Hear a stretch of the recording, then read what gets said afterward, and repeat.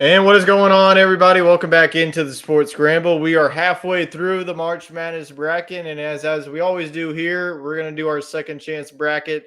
Our bracket, is alive. We'll say that our Final Four teams are still alive. We had Creighton coming out of the Midwest, the South. We have Houston, UConn is the East, and then we had Arizona coming out of the West. So our bracket is still live, but we're still going to go through our second chance bracket, see if anything has changed on our end. But we're going to do a little bit of a recap. Jacob, first, let's get into our biggest letdown of the tournament so far.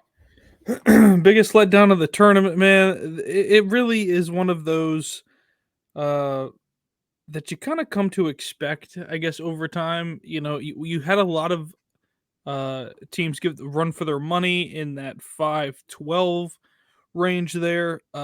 Biggest letdown for me, and I saw it coming. It's probably Kansas. I mean, losing by 20, sorry, 21, losing by 21 to Gonzaga is really bad. I thought that they could put up a fight, just a little bit of a fight, but they pretty much rolled over and died. It was all Zags in the second half.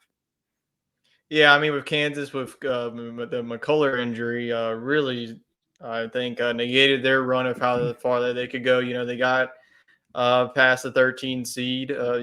Everybody was pretty much picking Sanford. Got down to the wire. I think that a lot of people, looking back to it, maybe the refs won the game for Kansas. But I think that my biggest letdown was a team that I had going to the Final Four, my personal bracket, and that's the Auburn Tigers. I mean, just an absolute dud from this team. You go on to win the SEC tournament, you win the SEC championship, and then you get a team with Yale. This was a Yale team that, they won the Ivy League championship. They needed a buzzer beater to beat a 13-win team Brown. But, that was a back and forth game. Auburn looked like they were in complete control in the first half. And then Yale really turned it on. And then, well, I thought, going into this, we knew that Auburn was in UConn's region. It was going to be a tough draw. You had Illinois as a 3 seed, you had Iowa State. But I thought that, looking outside of, the top 3 seeds, I thought that Auburn was the best team in that region to give UConn a scare. But they're not even going to be able to do that. They were out in the first round. So completely disappointment for that one. I mean, the SEC was just complete disappointment so far.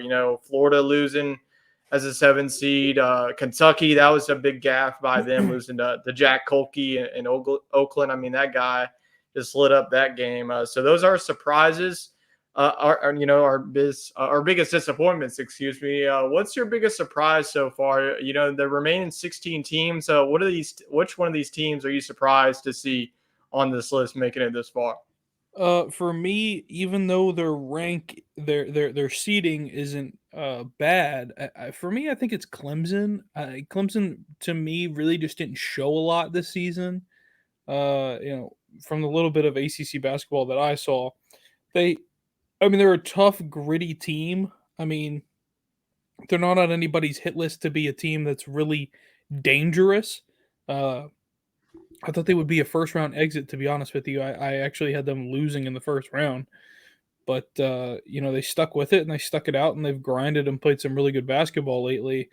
And heck of a game with them and A&M the other night. That was an incredible game. Or that A&M played Houston, right? Yes. Yeah. So Clemson played. I can't even remember who Clemson played now. They played Baylor and they played New Mexico so Baylor. far. Baylor. They played Baylor the other night, and they looked really good. I mean, they're just a hard, gritty team, and it really was good basketball to watch there. And for Baylor, I think people had high aspirations for Baylor. They just couldn't take care of the ball. They couldn't shoot free throws. I mean, it was really bad at the free throw line, and that's really where Clemson won the basketball game. Yeah, I agree. I definitely think that they're a surprise team of the tournament. My other one's going to go to Gonzaga. Like you, I had this team getting out in the first round, but I've learned my lesson. Don't bet against Mark Few. I mean, this is one of the consistent basketball head coaches. I think that, I was really high on Gonzaga, but I think I was just drinking too much on the Kool-Aid of McNeese. They were a 30-win team, but they didn't look like a 30-win team against Gonzaga. Gonzaga really dominated that one from start to finish. So I'll be interested to see, Gonzaga playing Purdue against Zach Edey, how they'll match up. Before we get into our predictions, what has been the game of the tournament so far? Game of the tournament probably goes to it probably goes to Houston and A&M. To be honest with you, it was a double overtime game. It was a single overtime game. There was a double overtime game. Yeah, it Who was a played Creighton Oregon win in double overtime. Creighton, And Oregon. Yes, Oregon didn't score a point until about like a minute left in the game. I mean that's probably the game of the tournament so far. Just being it went so long, and some guys like rarely came off the court, and that was really a long, exhausting game. I mean, the guys just looked exhausted on the court, and it's just a matter of time before somebody really put the other team to bed, and it was Creighton prevailed in that one, and I figured Creighton was going to have a tough matchup with Oregon, and I had Creighton winning, and sure enough, they did in double overtime. But credit goes to Oregon; they always find their way in, and they do put up a tough fight. Yeah, I think those are definitely two games that I had on my radar. I'm gonna go with another one. Go with Colorado and Florida, 102-100. Colorado getting the game-winning shot with 2 seconds left. Colorado dominated that one. That they were up big in the first half, and then they were up pretty much the whole way in the second half, and then Florida hit a couple of key three-pointers to get it close. They tied it up, and then Colorado, they almost had it with Marquette, but Tyler Kolek and Cam Jones too much for that one. So no talking about the recap. Now let's dive into the Sweet 16 predictions. So we're going to be using the second chance bracket. Going to be going through the Sweet 16, the Elite Eight, all the way to the Final Four, and then we're going to be seeing if we have a different national championship or not. We had UConn and Creighton battle out in the national championship, so we'll see if it's any different. So, Jacob, why don't you take it away with the East region with the defending national champs? We have a national championship rematch with UConn and number 5 seed San Diego State. So, how do you have this region playing out? Yeah, a little different than before. Of course, this is in Boston, Mass. Going to be very new territory for San Diego State. Pretty common territory for the UConn Huskies. Basically, home court advantage in this matchup. Yeah, I mean, story for me here is probably San Diego State having trouble, recently in really getting through tough games. Yes, they beat Yale, but I think it just came as a matter of time before Yale really hit the wall. I think this is a different basketball game in this sense. San Diego State, I think, is going to struggle to score the ball. They're smaller than Kentucky, or I'm sorry, than UConn. But I mean, UConn's just a big basketball team, and we've talked previously before about this team in particular, and I think they're the most ready and loaded team to compete for a national championship. And I think I probably would have told you that 30 games into the season. So I'm going to take the UConn Huskies. only reason is I think they're a better team 1 through 5 on the court than San Diego State is. So I'll definitely take the Huskies to move on to the Elite Eight. All right, the next matchup we have is number 3 seed Illinois and 2 seed Iowa State. So we've seen it really all chalk here. You have a 1-5, 3-2 in this region. Do you have the Illinois pulling off the upset, or do you have the Cyclones moving on? I think this game comes down to defense. Big 10, Big 12 matchup here. Defense, I think the better team is the Cyclones of Iowa State. Defensively, only giving up around 60 points a game. As far as Illinois goes, it's going to be tough for them to score the ball inside. They're going to have to shoot the ball really well. And lately, they've had trouble with that against good teams. They really haven't had too much of a test yet, and they've taken care of business. This is a big test for them, and I think the Cyclones will hold on, win a close game with Illinois. All right, so we have all chalk with 1 and the 2 seed. Now we'll go on now to the West seed, and I'll take this region. Number 1 seed North Carolina, 4 seed Alabama. North Carolina really dominated that second round matchup against Michigan State. I think that a lot of people circle that one. If Tom Izzo's squad got through Mississippi State, they maybe could provide a scare against North Carolina. But North Carolina, this looks like a team that's on a mission right now. RJ Davis playing phenomenal, Armando Baycott as well. So this is a team that has had a lot of experience going up against an Alabama squad that I don't think that many people had them here as well. I think that they've been an inconsistent team, but it looks like they're putting it together with that offense. Mark Sears, he's having a heck of a tournament. But I'm going to go with the experience in North Carolina here, go with the 1/4. So go with the Tar Heels to advance to Elite Eight. Then we have the surprise team, I think, that of the tournament has been number 6 seed Clemson out of the ACC. They get number 2 Arizona. This one is going to be in Los Angeles, so maybe a little bit of home court advantage for Arizona. Just for the storylines, I got to put Caleb Love in Arizona to have a little bit revenge game here. So I hate to do another 1-2. But I have North Carolina and Arizona shaping out. I think that Clemson, you had a great run, but I think that Arizona, this is a team that's motivated too. They got knocked out early in last season's tournament against Princeton. I think that with them playing in Los Angeles, the way that they've been playing too, I mean, that game wasn't really close with Dayton, especially at the end there. So give me North Carolina and Arizona to get out of the West. Now let's go on to the South. Where we have number 1 seed Houston and number 4 seed Duke. Do you have another 1 seed surviving, or do you have the Blue Devils continue on their run? It just seems hard to count Houston out, even though they didn't play very well in the recent matchup with A&M. I just feel A&M brought their A game and then some, I think, in that game. Houston's defense really struggled. I think that's a good bounce back for them here. After getting out and they realize they cannot walk through this to get themselves into the Final Four. They're really going to have to play really good ball.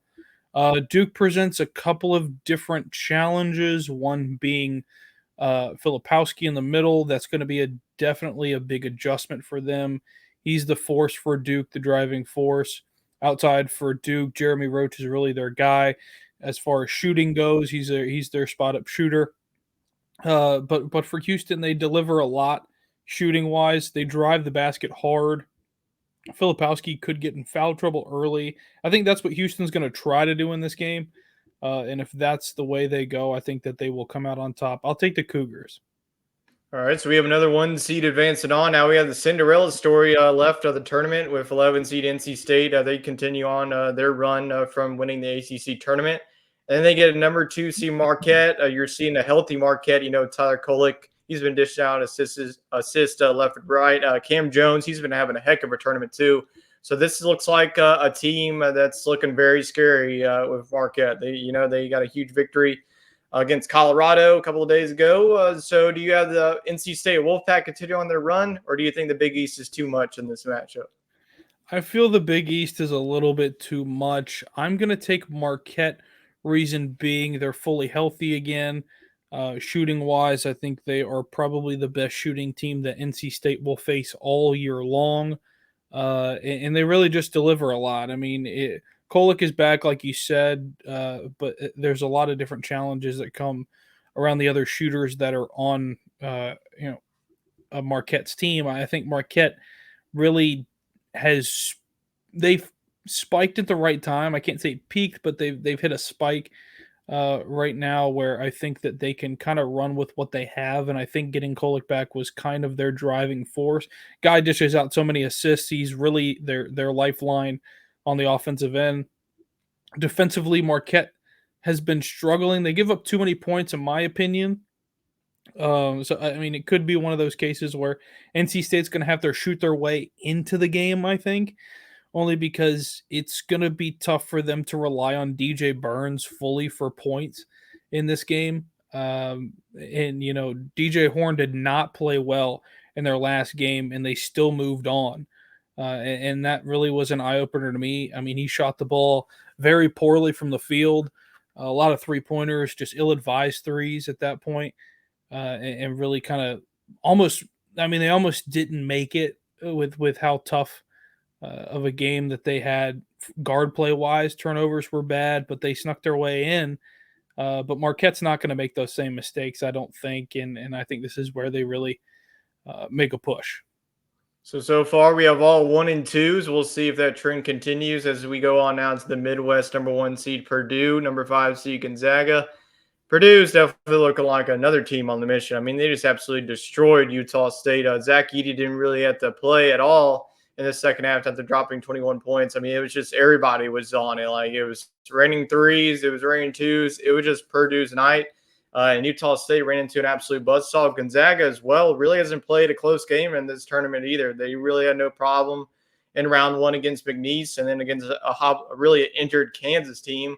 Wasn't close either. I'm noticing that we have all one seeds. We got to have a little bit of chaos. So give me Gonzaga to pull off the upset. I mean, it's March Madness for a reason. I would definitely be shocked if all one seeds continue to survive. They survived at least the first weekend of this tournament. We'll see if it continues. But you know what? We're going to switch it up here.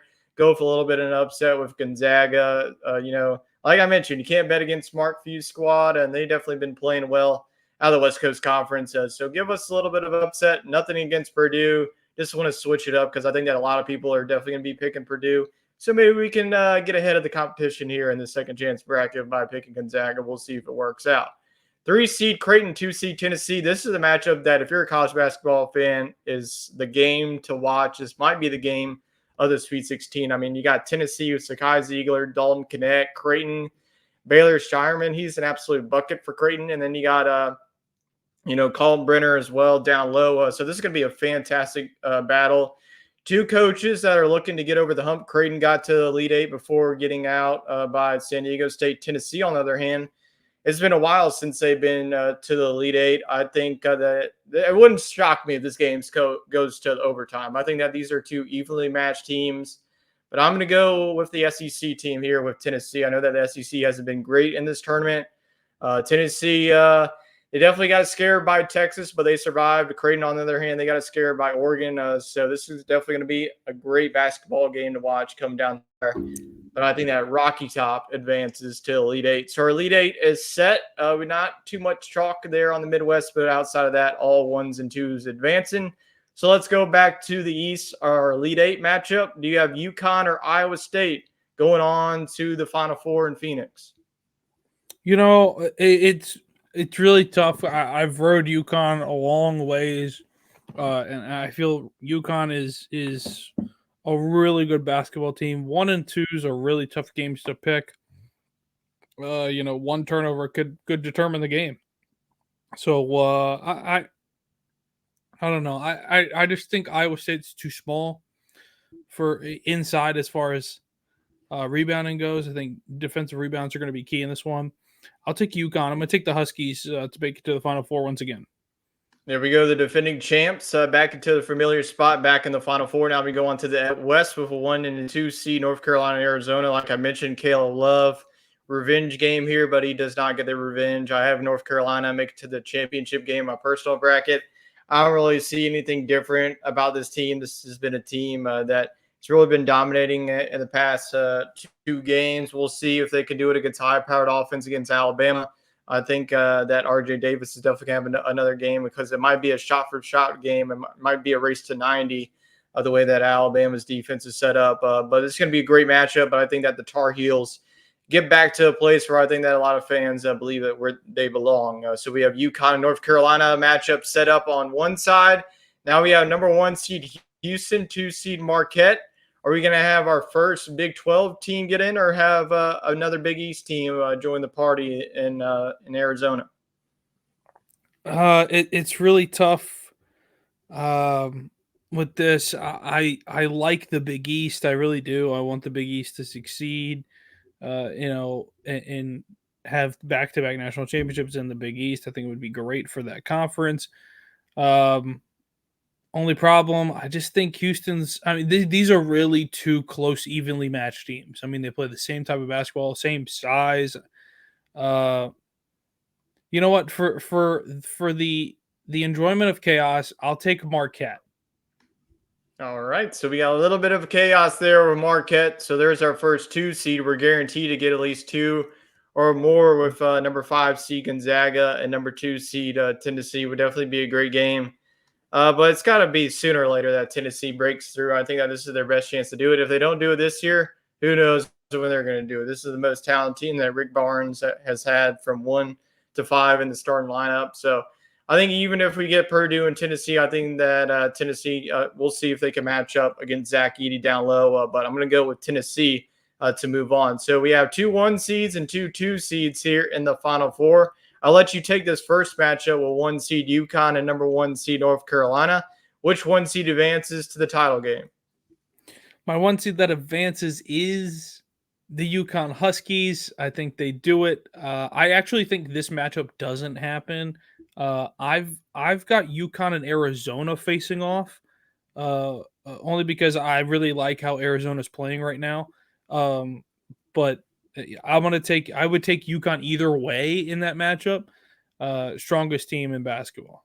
Yeah, I would take UConn no matter who they play. Honestly, they're definitely looking very good. And then we have the battle of the 2 seeds on the other side: 2 seed Marquette, 2 seed Tennessee. And after the Big East got 3 teams, well, they're going to have a Big East national championship with UConn and Marquette.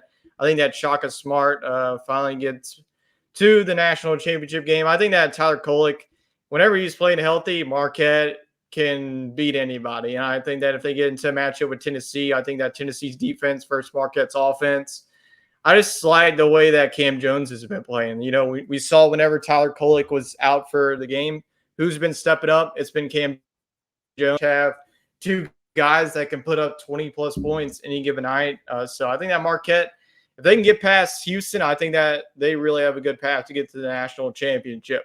So our Big East matchup is set: UConn and Marquette. Who do you have cutting down the nets? For me, it would be a fantastic game between these 2 teams. Really 1-2 punch. They've gone back and forth all season long within the conference. It would be a great way to finish out a fantastic basketball season. But I think for the second year in a row, I have the UConn Huskies cutting the nets down. So there you have it. No changes with our personal bracket. We still have UConn taking home the crown. Let us know down in the comments who you have winning the national championship, how your bracket is doing. So we'd like to hear your comments down, interact with us. So that'll be it for us. Will probably be it for our predictions because, this is pretty much it. No triple chances that you get whenever you get to the Final Four. So it's definitely going to be a great tournament. Excited to see some of these matchups and who takes the trophy as the national champion of this 2023-2024 college basketball season. So that'll do it for us, and we will see you all next time.